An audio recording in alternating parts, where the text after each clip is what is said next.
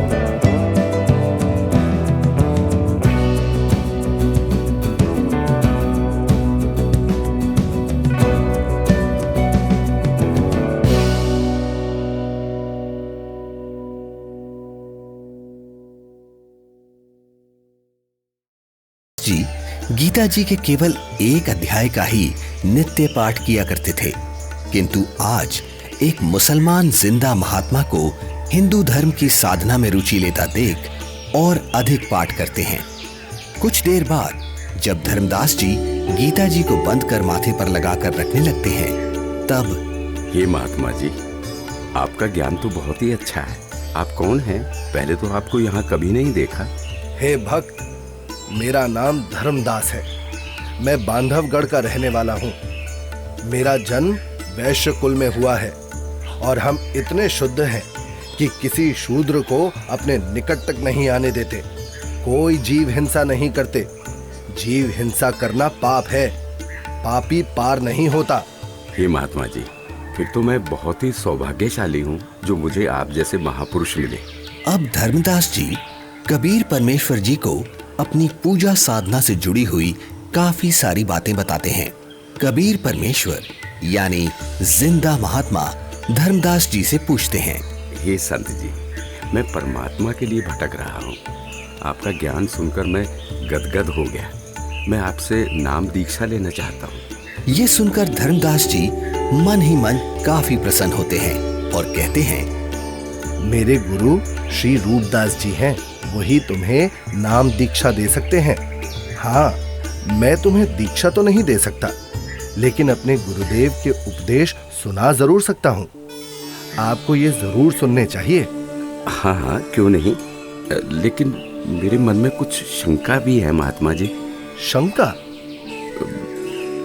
जी। कैसी शंका जिंदा? पूछिए पूछिए। हे महात्मा जी, मैं जानना चाहता हूँ कि मुझे कौन सी साधना करनी चाहिए जिससे मैं खुदा को पा सकूं। अगर तुम्हें वास्तव में सच्चे अजर अमर परमात्मा की प्राप्ति करनी है तो सुनो, सबसे बड़ा महापाप होता है जीव हिंसा करना। मांसाहारी और जीव हिंसा करने वाला व्यक्ति कभी भी मोक्ष प्राप्त नहीं कर सकता। ठीक है स्वामी, मैं जीव हिंसा नहीं करूंगा। मेरे गुरुदेव श्री रूपदास श्री राम जी और श्री कृष्ण जी का नाम देते हैं, इसीलिए तुम्हें भी हरे राम हरे कृष्ण का जाप करना होगा। 68 तीर्थ करने होंगे और इसके अलावा एकादशी का व्रत, शालीग्राम पूजा यानी मूर्ति पूजा, श्राद्ध करना आदि कर्मकांड करना भी अनिवार्य है। ऐसे मुक्ति मिलती है। धर्मदास जी एक ज्ञानी की तरह कबीर प्रभु को बातें बता रहे हैं और दूसरी तरफ कबीर परमात्मा एक अनभिज्ञ श्रद्धालु की तरह अपने हाथों को जोड़े हुए धर्मदास जी की सब बातें सुनते हैं और बड़े ही विनम्र भाव से बोलते हैं, हे स्वामी, मैं कुछ और शंका समाधान चाहता हूँ, अगर आपकी आज्ञा हो तो। हाँ हाँ, क्यों नहीं, अवश्य पूछिए। स्वामी जी, ये गीता जी का ज्ञान किसने लिखा है? गीता ज्ञान तो स्वयं श्री कृष्ण जी यानी श्री विष्णु भगवान जी ने बोला है। अच्छा। हाँ स्वामी, आपके कहने से मैं अवश्य रामकृष्ण का जाप करूंगा, लेकिन क्या ये जाप गीता में कहीं लिखा है? नहीं, गीता जी में तो नहीं लिखा। पितृपूजा यानी श्राद्ध आदि कर्मकांड करने, तीर्थों पर भ्रमण करने और व्रत करने के लिए क्या गीता में कहा है? आखिर तुम कहना क्या चाहते हो? कुछ नहीं स्वामी, मैं तो बस ये समझना चाह रहा हूँ, जब गीता जी में व्रत के लिए मना किया गया है तो फिर आप एकादशी के दिन भूखे क्यों मरते हो? तुम भटक गए हो। तुम्हें इन सब साधनाओं का कोई ज्ञान नहीं है, इसलिए ऐसा बोल रहे हो। नाराज ना हो स्वामी जी, आप मेरी शंका का समाधान नहीं करेंगे तो कैसे बात बनेगी? आप ही बताएं, ये सरोवर जिसमें आपने स्नान किया है, जिसको आप मोक्ष पाने का साधन मानते हैं, लेकिन इस जल के अंदर करोड़ों जीव रहते हैं जिन्हें आपने अभी स्नान करते समय अपने हाथों पैरों से रगड़ रगड़ कर मार डाला है, और स्नान के बाद जो जल आप भगवान की मूर्ति को स्नान कराने के लिए लाए, उसमें भी मूर्ति के स्नान कराने से अनेकों जीव मर गए, और आप कहते हैं कि आप जीव हिंसा नहीं करते। एक और बात स्वामी जी, यदि इस सरोवर में नहाने से आपकी मुक्ति संभव है तो फिर इस जल में रहने वाले जीव जंतुओं को तो निश्चित ही मोक्ष प्राप्त हो जाना चाहिए। हे धर्मदास, ये साधना व्यर्थ है, क्योंकि ये गीता शास्त्र के विरुद्ध है। समझ गया। अंततः तुमने अपने धर्म का परिचय दे ही दिया। तुम एक मुसलमान हो, इसीलिए ऐसी बातें कर रहे हो, क्योंकि एक मुसलमान ही हिंदू धर्म पर सवाल उठा सकता है।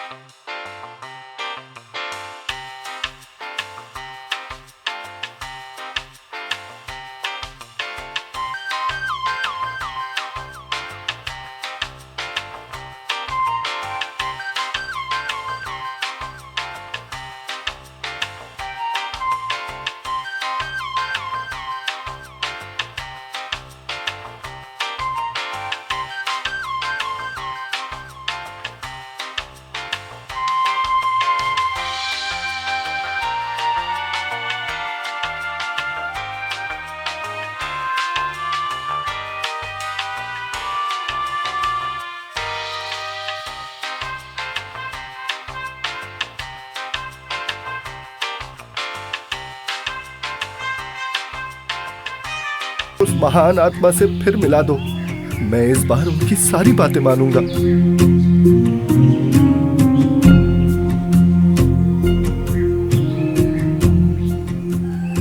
आज धर्मदास जी का मन किसी भी कर्म कांड में नहीं लग रहा था।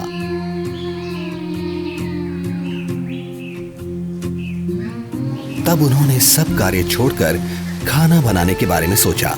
भगवान का प्रसाद बना लेता हूँ और फिर उन महापुरुष की खोज करता हूँ।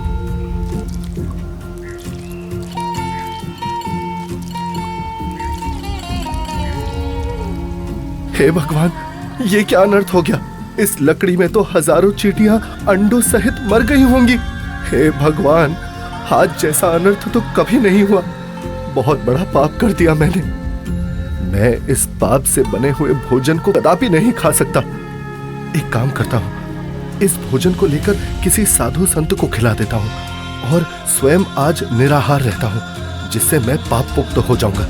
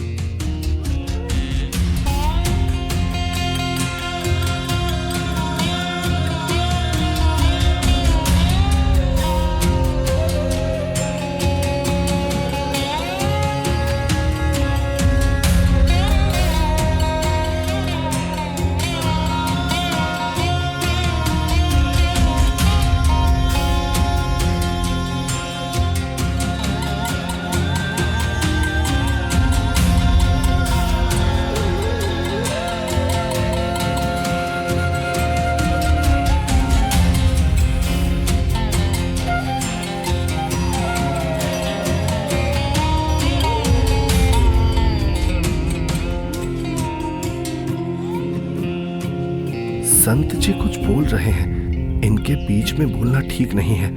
मुझे अवश्य ये सुनना चाहिए। मन तू मान सरोवर नारे, यहाँ न भटका खारे। सूरजमुखी फूल जा फूले, शंख पद्म उजियारा।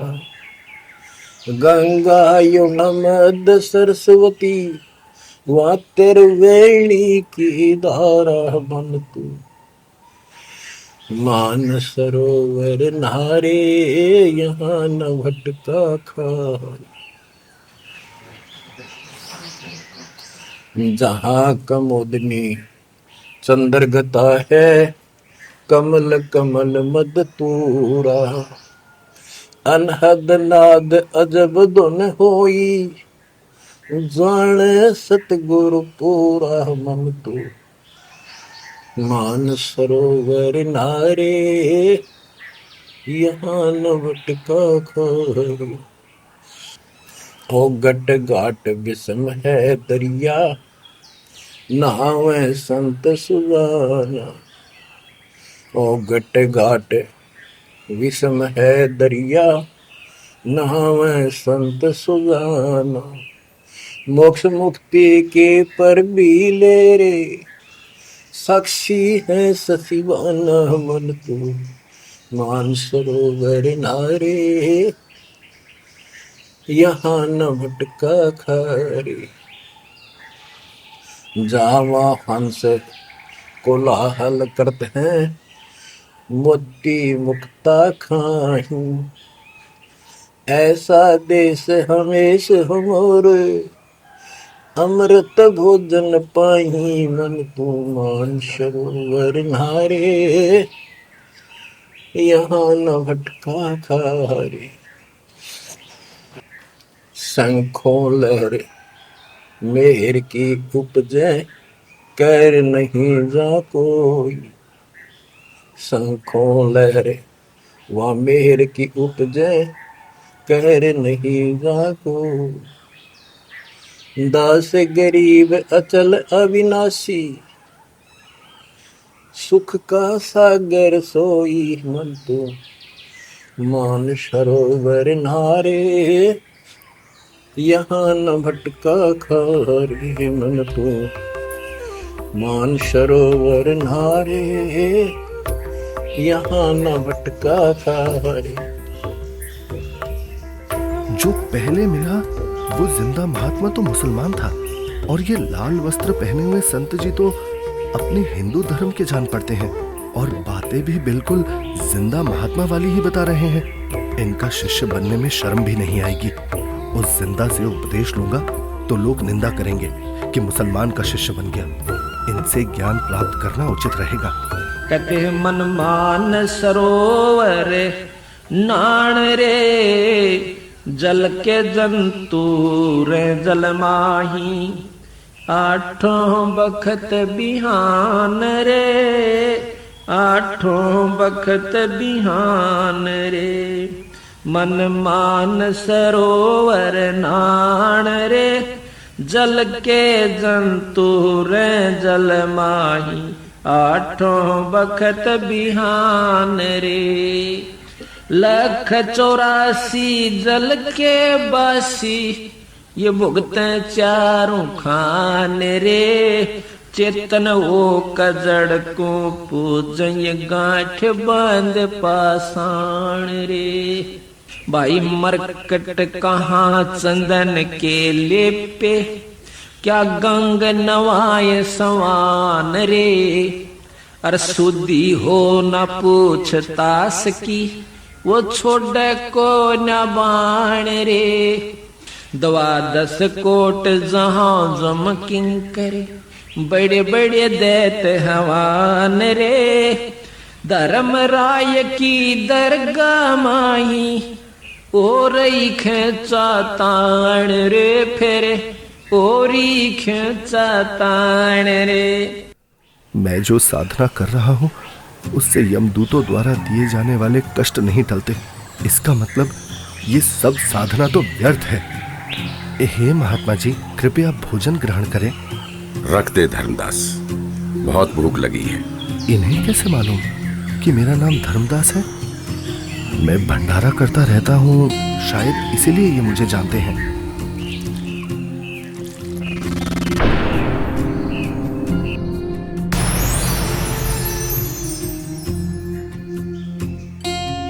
आप तो वही महात्मा जी हो।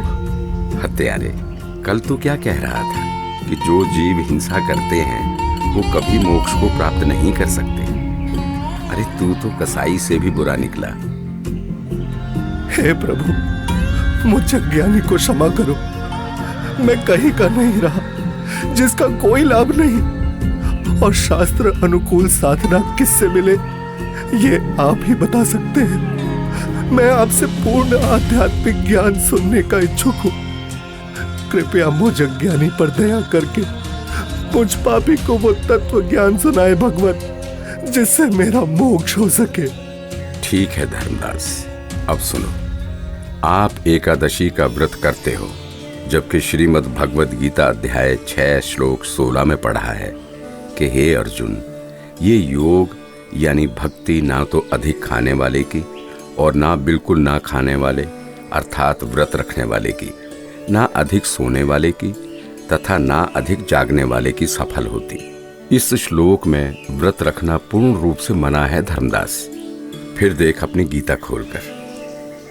यहाँ परमेश्वर कबीर देव जी जिंदा रूप में धर्मदास जी को सृष्टि रचना सुनाते हैं और तीनों देवताओं की स्थिति से अवगत कराते हैं कि हे धर्मदास, अभी तक आप जिन भगवानों की यानी ब्रह्मा, विष्णु, महेश की भक्ति कर रहे थे, वो तो पृथ्वी, स्वर्ग और पाताल केवल इन तीनों लोकों में प्रधान है। रजगुण ब्रह्मा है, सतगुण विष्णु और तम गुण शिव जी ये मोक्ष नहीं कर सकते। आप जो भक्ति कर रहे हैं उससे कोई लाभ नहीं होगा। धर्मदास, केवल शास्त्र अनुकूल भक्ति करो। हे महात्मा, आप ये क्या कह रहे हैं? ब्रह्मा, विष्णु, महेश की भक्ति करने से कोई लाभ नहीं होगा? हम उनको कैसे छोड़ सकते हैं? धर्मदास, मैं इन देवताओं को छोड़ने की नहीं कह रहा, बल्कि आपको ये समझा रहा हूँ कि जो पवित्र गीता जी और पवित्र वेद बता रहे हैं वैसे साधना करने से ही मोक्ष संभव है। हे जिंदा, भगवान विष्णु अखिल ब्रह्मांड के स्वामी हैं और आप उनको केवल 3 लोक के स्वामी बता रहे हैं। यदि फिर से आपने श्री विष्णु को अपमानित किया तो उचित नहीं होगा। मूर्ख के समझावते ज्ञान गाठी का जाए, कोयला होत न उजला, भावे 100 मन साबुन लाए। ये मैंने क्या कर दिया? मैंने उन महात्मा को फिर से नाराज कर दिया। मेरी बुद्धि भ्रष्ट हो गई है।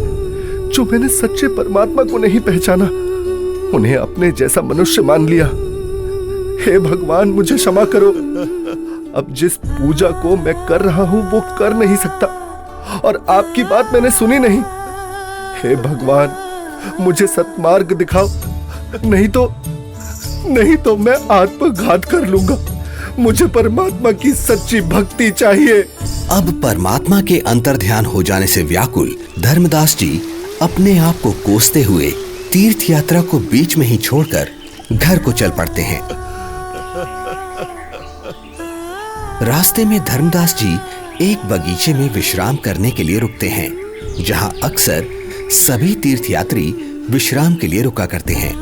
जहां धर्मदास जी चिंतन करते हैं कि पूर्ण परमात्मा की साधना तो मेरे को मिली नहीं, और पहले वाली साधना मैं नहीं करूं तो कहीं मैं पाप का भागी ना बन जाऊं।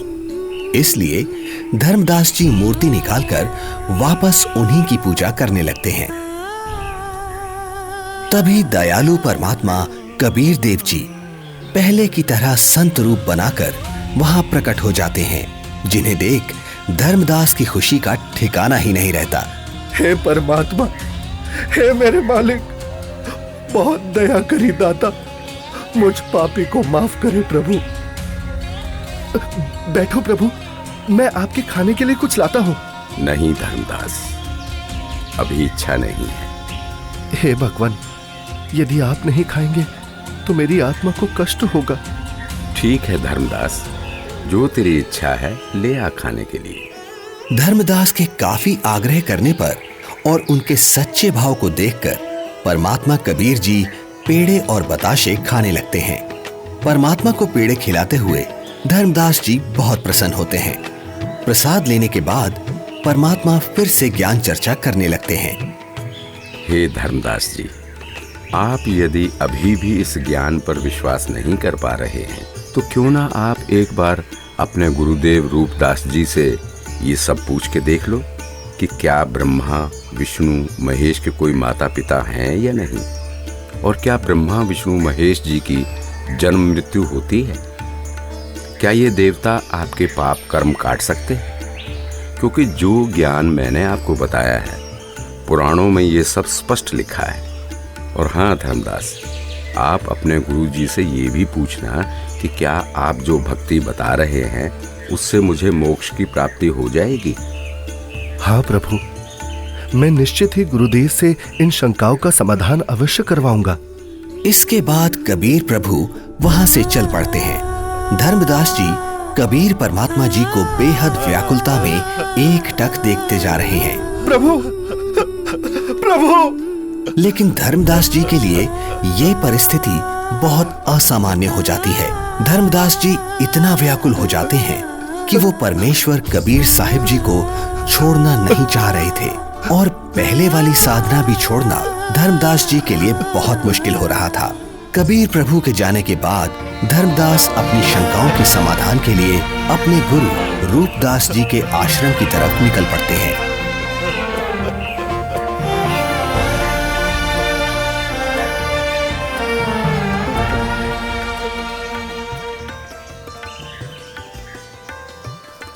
प्रणाम गुरुदेव। आशीर्वाद है भक्त, आओ बैठो। क्या बात है धर्मदास, बहुत व्याकुल दिख रहे हो। और आप तो तीर्थ यात्रा पर गए थे ना? गुरुदेव, मेरे मन में कुछ शंका है, कृपया उनका समाधान कीजिए। कहो धर्मदास, क्या शंका है आपकी? हे गुरुदेव, सृष्टि का रचयिता कौन है? क्या भगवान विष्णु से ऊपर भी कोई प्रभु है? वो कहाँ रहता है?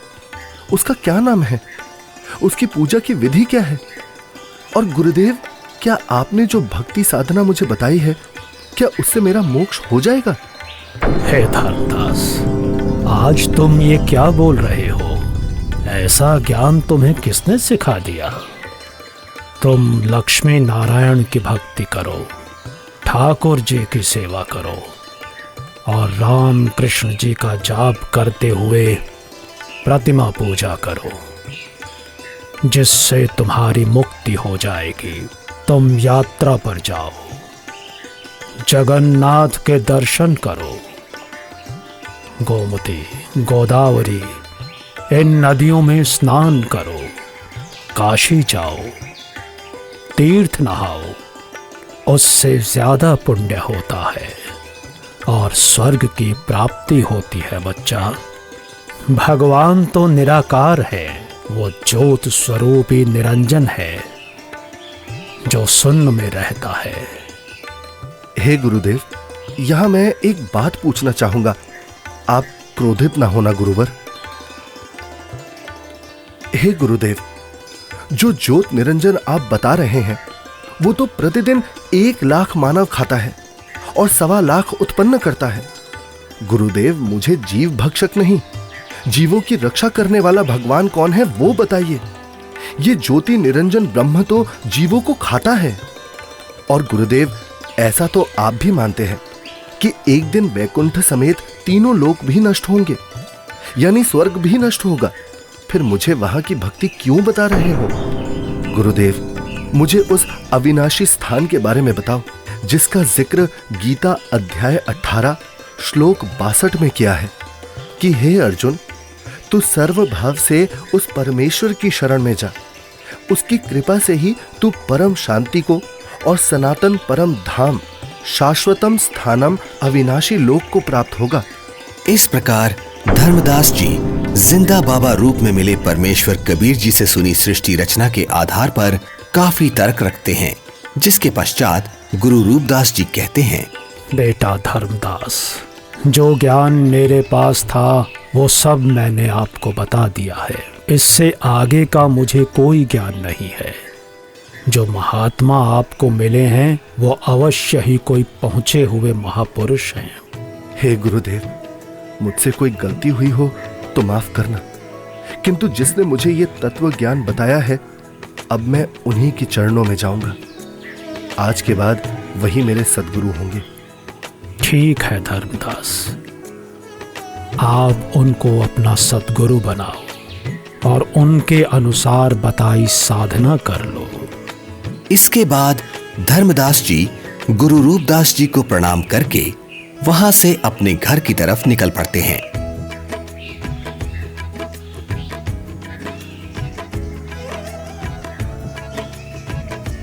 रास्ते में जाते जाते अब धर्मदास के मन में एक शंका ये भी उत्पन्न हुई कि हिंदू धर्म इतना बड़ा है, क्या किसी को गीता का यथार्थ ज्ञान नहीं होगा?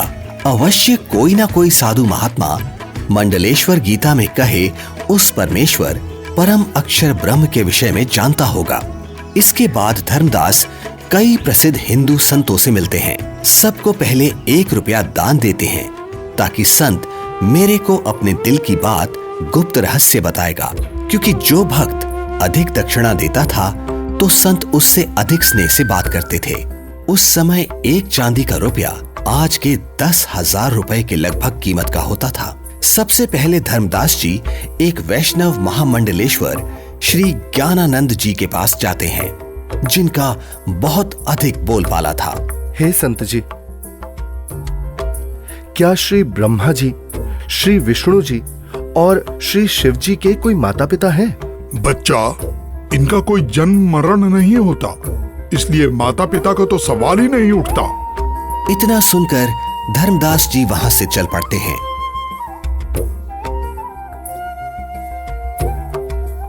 जहां कुछ दूरी पर धर्मदास जी को एक बहुत बड़े विद्वान महात्मा का पता चलता है, जो कि काशी विद्यापीठ से पढ़कर आए हैं और वे शास्त्रों के पूर्ण विद्वान हैं।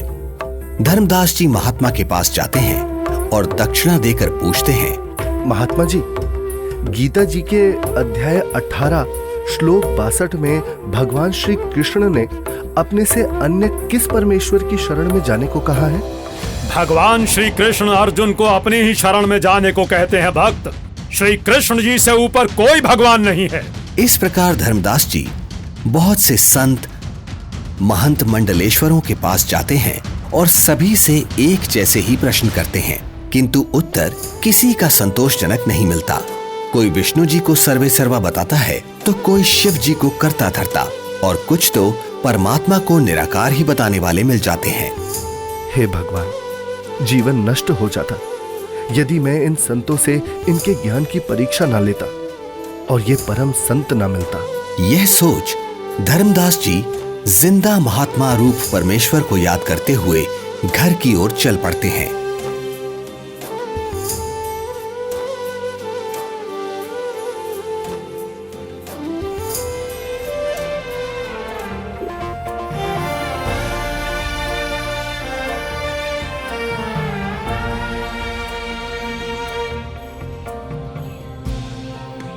जहां मार्ग में एक नदी आती है जिसके किनारे वृक्ष के नीचे एक हिंदू संत विराजमान दिखाई देते हैं, जिनके पास 4-5 व्यक्ति भी बैठे हैं। धर्मदास जी भी विश्राम करने के उद्देश्य से संत के पास कुछ दूरी पर वृक्ष के नीचे छाया में दूर से ही राम राम करके बैठ जाते हैं। लगता है मुझे इस साधु से भी प्रश्न करना चाहिए। अरे नहीं, जब बड़े बड़े मंडलेश्वरों को ज्ञान नहीं, जिनके पास हजारों शिष्य हैं, तो फिर इसके पास तो क्या ही होगा। यहाँ तो बस 4-5 वृद्ध ही तो बैठे हैं। आदेश महाराज, आदेश। हे धर्मदास, हिंदू मंडलेश्वरों ने बता दिया वो परमेश्वर कौन है। मुझ पापी अवगुण हारे को क्षमा करो महाराज, मैंने बड़ी भारी भूल की है। आपने सृष्टि रचना का ज्ञान जो बताया है, उसके सामने सभी संतों का ज्ञान ऐसा है जैसे सूरज के सामने दीपक। धर्मदास, तेरे मन में अन्य संतों से ज्ञान जानने की प्रेरणा मैंने ही की थी। यदि आप इन सब के अज्ञान से परिचित नहीं होते तो फिर भी मेरे ऊपर विश्वास नहीं करते, सोचते रहते कि और संतों के पास भी जाना चाहिए। ये कैसे हो सकता है कि मुसलमान को ज्ञान है, हिंदुओं को नहीं। अब तुम पूर्ण विश्वास करोगे, इसलिए पूर्ण लाभ मिलेगा। मेरे को एक अन्य संत मिला, उसने भी यही आप वाला ज्ञान बताया था। मुझे लगता है वो आप ही हो, आपने रूप बदल रखा है। हे धर्मदास, मैं उनका शिष्य हूँ, वे मेरे गुरु हैं, वे काशी में रहते हैं। यहाँ धर्मदास व जिंदा रूपी परमात्मा की बहुत ज्ञान चर्चा हुई, जिसके बाद मैं अब सतगुरु के दर्शन करने जा रहा हूँ, आज्ञा दो। मुझे सतलोक के दर्शन करा दो, बिना देखे मुझे शांति नहीं होगी। हे धर्मदास, आपको गुरुजी से दीक्षा दिला दूंगा, फिर भक्ति करना। हे जिंदा, आप ही सब कुछ हो, अपने आप को छुपा रहे हो। मुझे सतलोक दिखाओ ताकि मेरी आत्मा को संतोष हो। धर्मदास, नाम लेकर भक्ति करो। जब शरीर छोड़कर जाओगे तो आप वहां सतलोक देखना। हट क्यों कर रहे हो? मैं कितना दुष्ट हूं कि मैंने परमात्मा पर विश्वास नहीं किया, और अब पता नहीं वो फिर दोबारा दर्शन देंगे या नहीं। रोते रोते धर्मदास जी अपने घर पहुंच जाते हैं।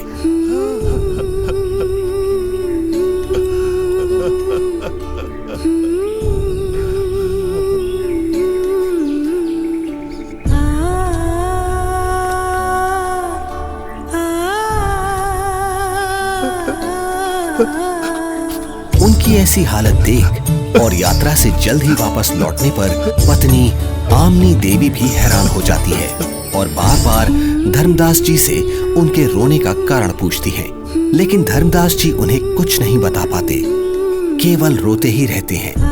फिर काफी देर बाद, क्या हुआ स्वामी, क्या हुआ? कुछ तो बताइए, आखिर क्या हुआ आपके साथ? लगता है इनके पैसे किसी ने लूट लिए हैं।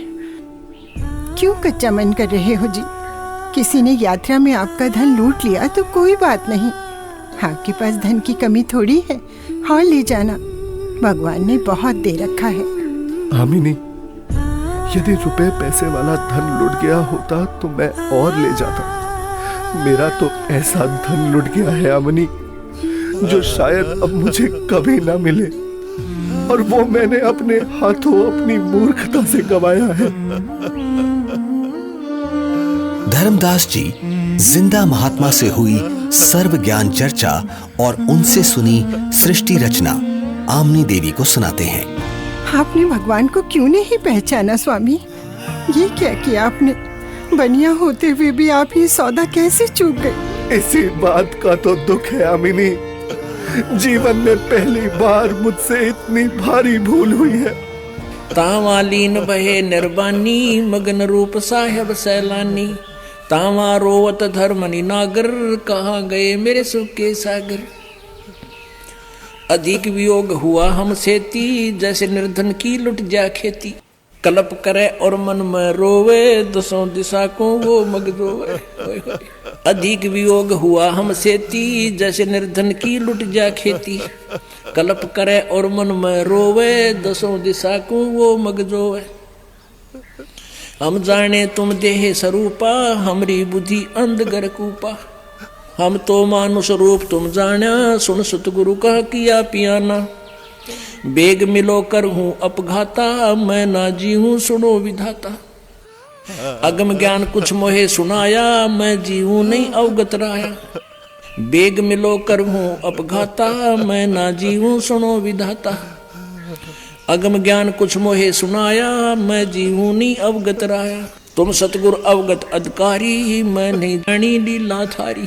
तुम अवगत अविनाशी साईं, फिर बोको कब मिलो गोसाई। कमर कसी धर्मदास को पूरब पंथ पयाने, गरीबदास रोवत चले वो बांधोगढ़ अस्थाने। अब धर्मदास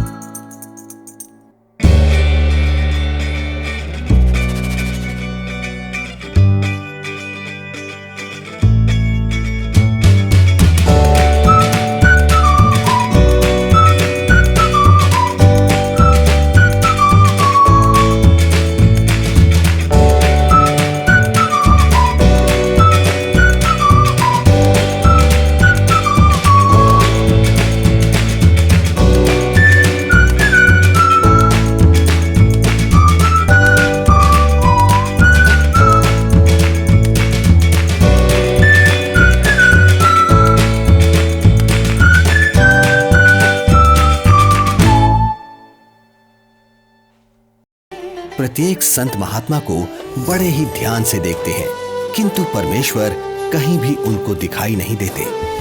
2 दिन बीत जाते हैं। धर्मदास जी बहुत मायूस हो जाते हैं और एकटक रास्ते को ही निहार रहे हैं। आज वो मन ही मन संकल्प कर लेते हैं कि प्रभु, आप मुझ अपराधी को दर्शन नहीं दे रहे। हे परमात्मा, आज अगर आप नहीं मिले तो मैं आत्मघात कर लूंगा। तभी अचानक धर्मदास जी की नजर कुछ ही दूरी पर एक कदम के वृक्ष के नीचे जाती है, जहां वही पूर्ण परमात्मा कबीर परमेश्वर जी उसी जिंदा महात्मा के रूप में विराजमान होते हैं, जिन्हें देखकर तो धर्मदास जी की खुशी का ठिकाना ही नहीं है। धर्मदास परमात्मा की तरफ इस प्रकार दौड़ते हैं जैसे भूखे को भोजन और प्यासे को पानी मिल जाता है। हे परमात्मा, हे भगवान, अब मैं आपको कहीं जाने नहीं दूंगा। मेरी भूल क्षमा करो प्रभु। मैं बस आपकी ही भक्ति करना चाहता हूँ। मैं भविष्य में कोई गलती नहीं करूंगा। हे दीनदयाल, मुझ अज्ञानी को माफ कर दो। मैंने अज्ञानतावश आपको बहुत कटु वचन बोले। मुझे माफ करो परवरदिगार, मुझे माफ करो। जब धर्मदास जी ने अपनी गलती की क्षमा मांगी और कभी ऐसी गलती ना करने का बार बार वचन दिया, तब परमात्मा धर्मदास जी के घर गए।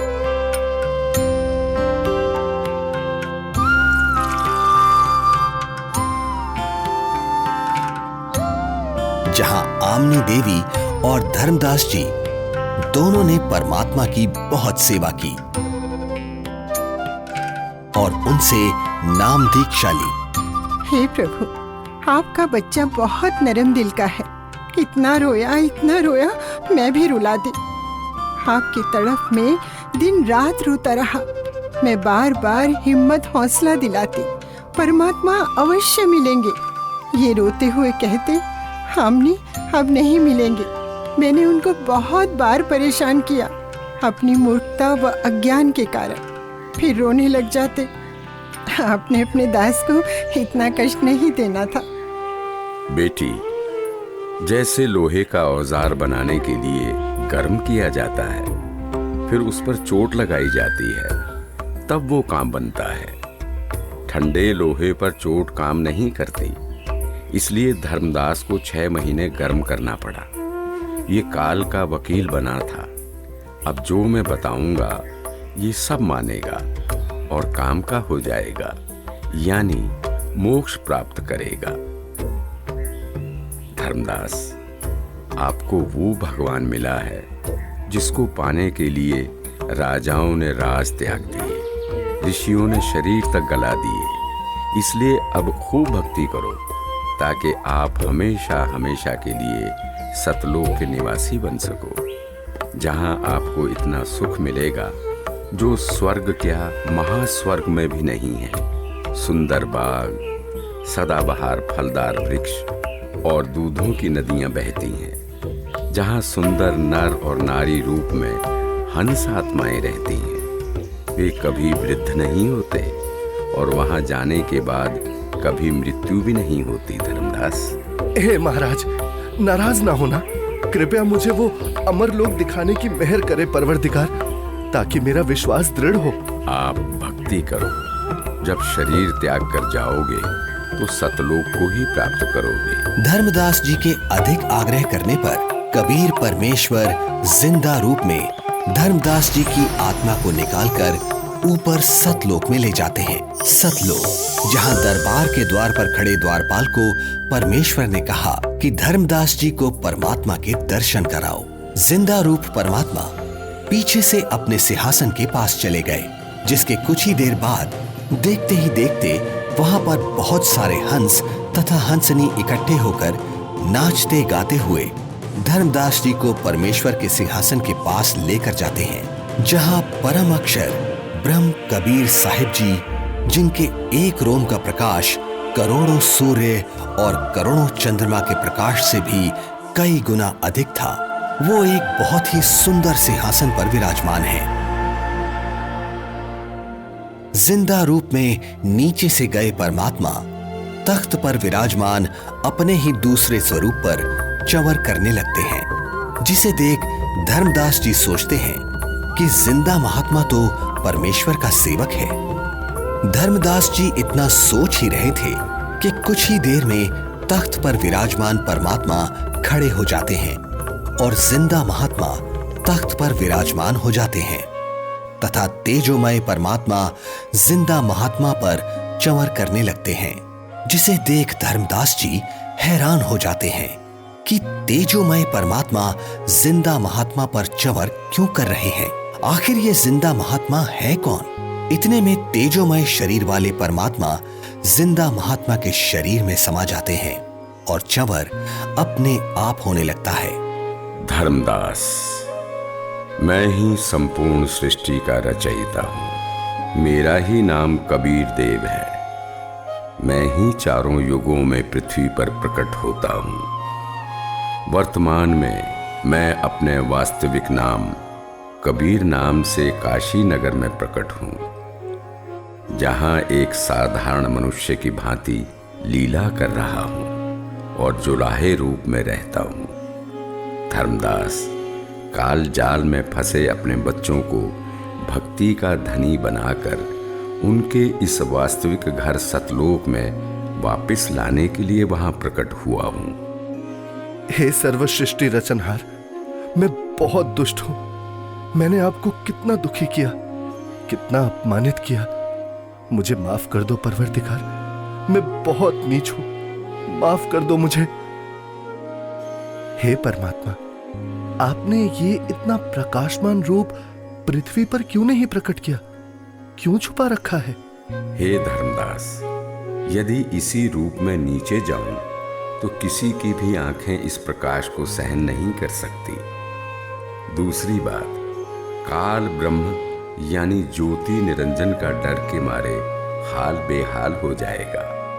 इसलिए काल के लोक में गुप्त रहकर जीवों को ज्ञान सुनाता हूं, उनका कल्याण करता हूं।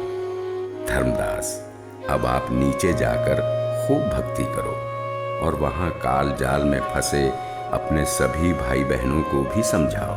सत्य का गवाह बनो कि ये काशीवासी जुलाहा सर्व सृष्टि रचनहार है, सबका धारण पोषण करने वाला है।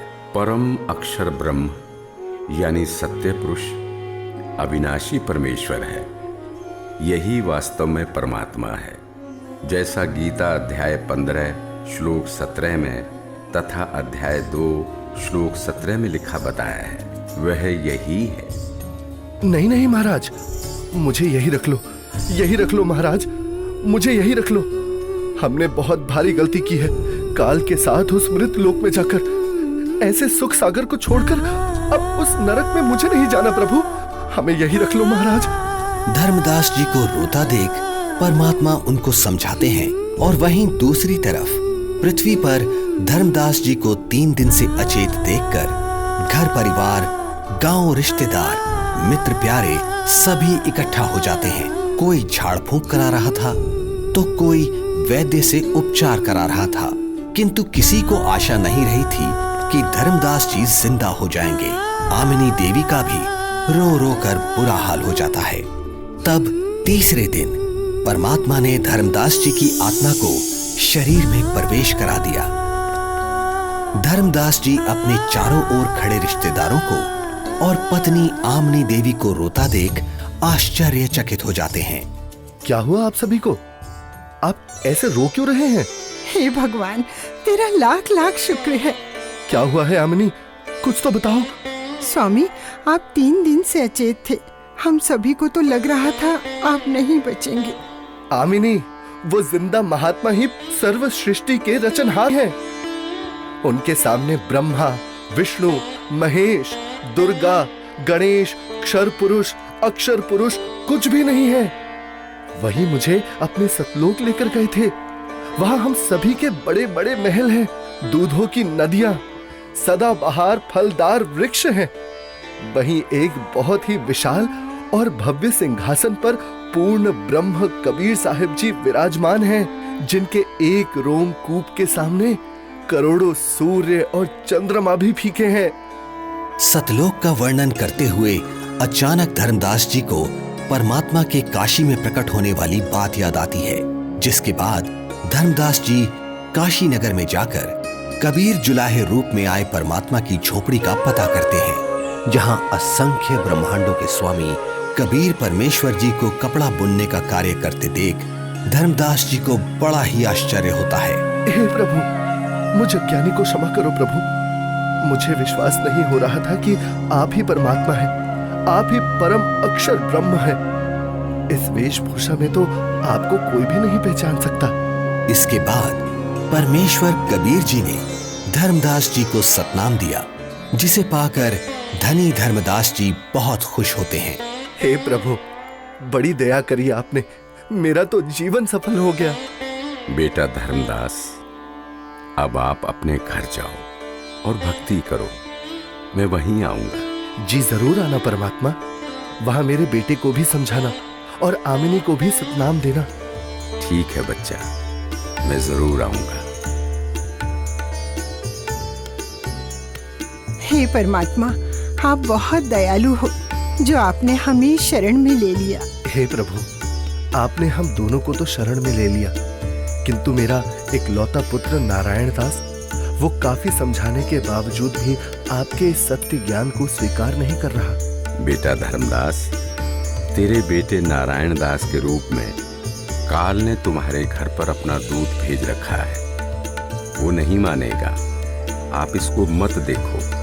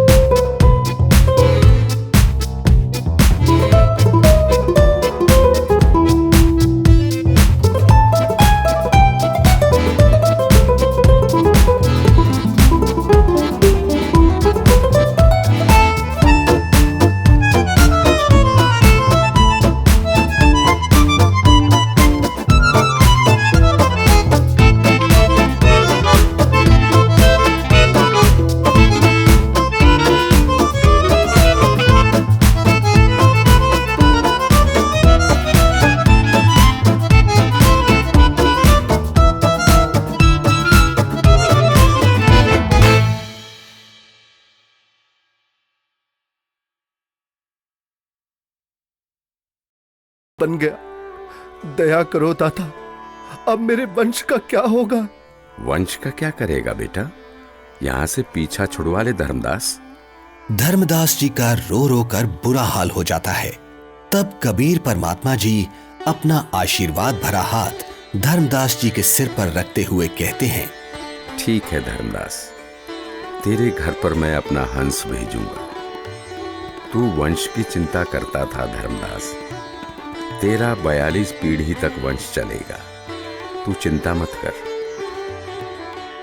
तुम्हारे घर पर एक पुत्र उत्पन्न होगा, उसका नाम चूड़ामणि रखना।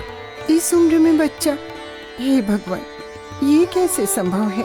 उधर देखो बेटा, 10वें महीने आमनी के गर्भ से तुम्हारे घर ये बेटा जन्म लेगा। धर्मदास जी को कुछ विश्वास और कुछ अविश्वास होता है, किंतु परमेश्वर की दया से आमनी देवी के गर्भ से 10वें महीने एक बच्चा पैदा होता है, जिसका नाम चूड़ामणि रखा जाता है। बड़ी दया करी दाता, जो आपकी हंस आत्मा हमारे घर आई। हे भगवान, दया करना कि मेरे वंशज आपकी भक्ति में ही लगे रहे। धर्मदास, ज्योति निरंजन अर्थात काल मेरे नाम से 12 पंथ चलाएगा और तेरे वंश वाले 6ठी पीढ़ी में जाकर मेरी बताई सत्य भक्ति को करना छोड़ देंगे। वो उन काल के चलाए नकली 12 पंथों में से जो 6ठा टकसारी पंथ होगा उसकी साधना करना शुरू कर देंगे, जो काल में डुबोने वाली ही होगी। हे परमात्मा, दया करो अंतर्यामी, उनका उद्धार कैसे होगा? दया करो। हे धर्मदास, काल द्वारा चलाए जाने वाले 12 पंथों में 12वां पंथ का प्रवर्तक संवत 1774 में जन्म लेगा। उस पंथ समेत सब 12 पंथों के पंथी मेरी वाणी का गलत अर्थ लगाकर गलत साधना करेंगे। असंख्य जन्म तक सतलोक नहीं जा सकेंगे।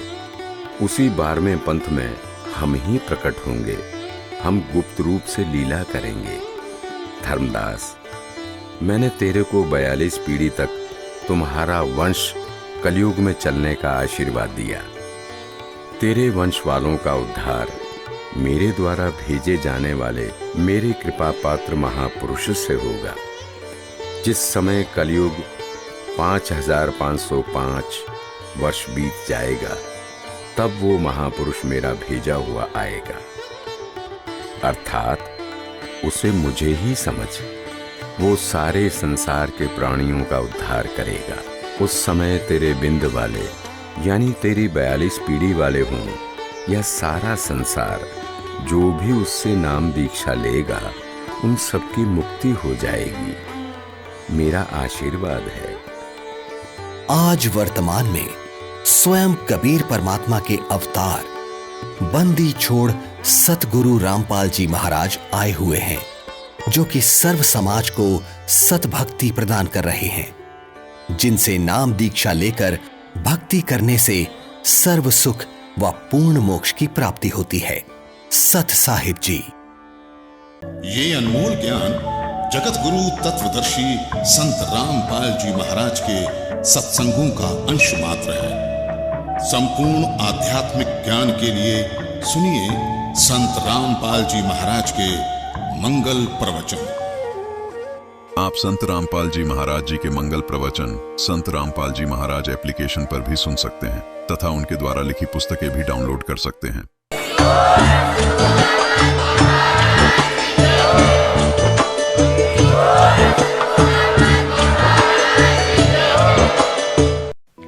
आप सुन रहे थे जगत गुरु तत्वदर्शी संत रामपाल जी महाराज के मंगल प्रवचन। अधिक जानकारी के लिए संपर्क करें